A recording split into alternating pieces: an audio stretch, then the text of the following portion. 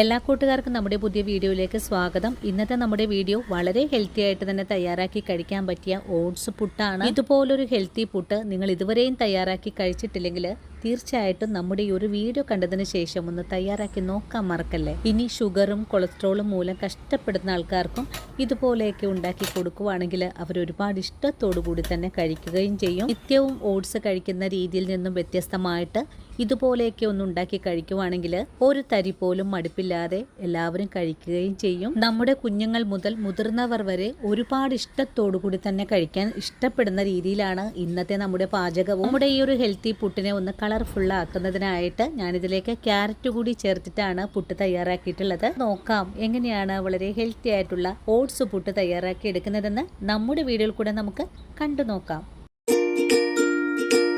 ഇനി നമുക്ക് oats carrot puttu തയ്യാറാക്കാൻ തുടങ്ങാം. ഇതിനായിട്ട് ഞാനിവിടെ എടുത്തിട്ടുള്ളത് 3 ക്യാരറ്റാണ്. ഈ ഒരു ക്യാരറ്റ് നല്ലതുപോലെ തോലെല്ലാം ഒന്ന് ചീവി എടുത്തതിന് ശേഷം നല്ല വൃത്തിയായിട്ട് കഴുകിയിട്ട് ഇതൊന്ന് ചീകി എടുത്തിട്ട് വരാം. അങ്ങനെ നമ്മുടെ ക്യാരറ്റ് ഞാനിവിടെ ഗ്രേറ്റ് ചെയ്തെടുത്തിട്ടുണ്ട്. ഇനി നമുക്കിതിലേക്ക് ആവശ്യമായിട്ടുള്ള ഓട്സ് ചേർക്കാം. ഇവിടെ 2 കപ്പ് അളവിലാണ് ഓട്സ് ചേർത്ത് കൊടുക്കുന്നത്. ഇതുപോലുള്ള ഓട്സ് ആണ് എടുത്തിട്ടുള്ളത്. ഇനി പുട്ടിന് ആവശ്യമായ ഉപ്പ് ചേർക്കാം. ഇനി നമ്മുടെ കൈ ഉപയോഗിച്ച് ഇതുപോലെ ഒന്ന് മിക്സ് ചെയ്തെടുക്കാം. ഇതിലേക്ക് വെള്ളമൊന്നും തന്നെ ചേർത്ത് കൊടുക്കരുത്. ഓട്സും ക്യാരറ്റും ചേർത്ത് നല്ല പോലെ തന്നെ ഒന്ന് മിക്സ് ചെയ്തെടുത്തിട്ടുണ്ട്. ഇതിപ്പോ അല്പം വലിയ തരികളായിട്ടാണ് നമുക്കിവിടെ ഉള്ളത്.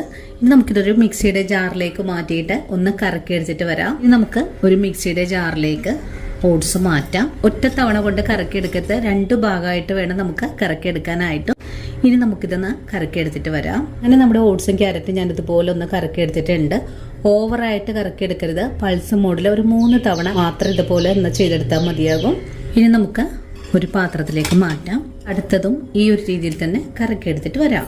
രണ്ടാമതും നമ്മുടെ ഓട്സ് ഇവിടെ പൊടിച്ചെടുത്തിട്ടുണ്ട്. അങ്ങനെ നമ്മളിവിടെ 3 തവണ കൊണ്ടാണ് ഈ ഒരു ഓട്സ് പൊടിച്ചെടുത്തിട്ടുള്ളത്.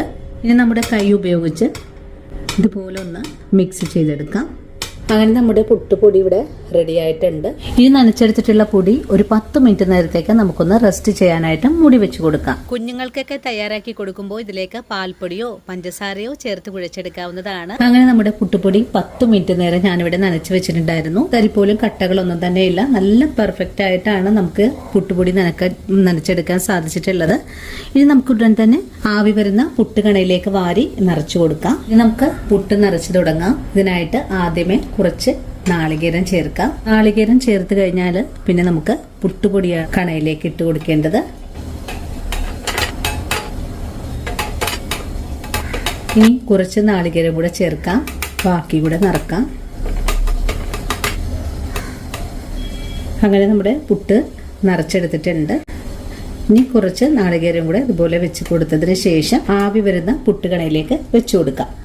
അങ്ങനെ നമ്മുടെ പുട്ട് ഇവിടെ വേവിക്കാൻ വെച്ച് കൊടുത്തിട്ടുണ്ട്. ഇപ്പോൾ നമ്മുടെ പുട്ടിൽ നിന്നും ധാരാളം ആവി വന്ന് തുടങ്ങിയിട്ടുണ്ട്. ഇനി നമുക്കിതൊന്ന് മൂടി വെച്ച് കൊടുക്കാം. ഇനി ഫ്ലെയിം സിമ്മിലേക്ക് വെച്ച് കൊടുക്കാം. നല്ലോണം ആവി വന്ന് തുടങ്ങി കഴിഞ്ഞാൽ പിന്നെ നമുക്ക് പുട്ട് കണയിൽ നിന്ന് എടുക്കാം. ഇനി നമുക്ക് ഈ പുട്ട് ഒരു പാത്രത്തിലേക്ക് കുത്താം. അങ്ങനെ നമ്മുടെ പുട്ട് ഇവിടെ കുത്തിയെടുത്തിട്ടുണ്ട്. അടുത്തത് നമുക്കിതുപോലെ തന്നെ വേവിച്ചെടുക്കാം. നമുക്ക് 2 കപ്പ് ഓട്സ് വെച്ചിട്ട് 2 കണപ്പുട്ടാണ് തയ്യാറാക്കി എടുക്കാൻ സാധിക്കുന്നത്. അങ്ങനെ നമ്മുടെ ആവി പറക്കുന്ന ഓട്സ് പുട്ട് ഇവിടെ റെഡി ആയിട്ടുണ്ട്. അപ്പോൾ ഇതുപോലെ ഇതുവരെ നിങ്ങൾ തയ്യാറാക്കി നോക്കിയിട്ടില്ലെങ്കിൽ തീർച്ചയായിട്ടും നമ്മുടെ ഈ ഒരു വീഡിയോ കണ്ടെന്ന് തയ്യാറാക്കി നോക്കാൻ മറക്കല്ലേ. അപ്പോൾ ഇന്നത്തെ നമ്മുടെ വീഡിയോ എൻ്റെ കൂട്ടുകാർക്ക് വളരെ തന്നെ ഉപകാരപ്രദമായി എന്ന് വിശ്വസിക്കുന്നു. വീഡിയോ കണ്ട് ഇഷ്ടമായിട്ടുണ്ടെങ്കിൽ എന്നും പറയുന്നത് പോലെ നമ്മുടെ പേജ് ഒന്ന് ഫോളോ ചെയ്യുന്ന കാര്യം മറന്നു പോകരുത്. അതുപോലെ വീഡിയോയെക്കുറിച്ചുള്ള അഭിപ്രായങ്ങൾ കമൻസ് ആയിട്ട് അറിയിക്കാനും മറക്കരുത്. ഇനിയും നല്ലൊരു വീഡിയോ ആയിട്ട് നാളെ കാണാം. അതുവരെ ഒത്തിരി സ്നേഹത്തോടുകൂടി വീണ്ടും കാണാം.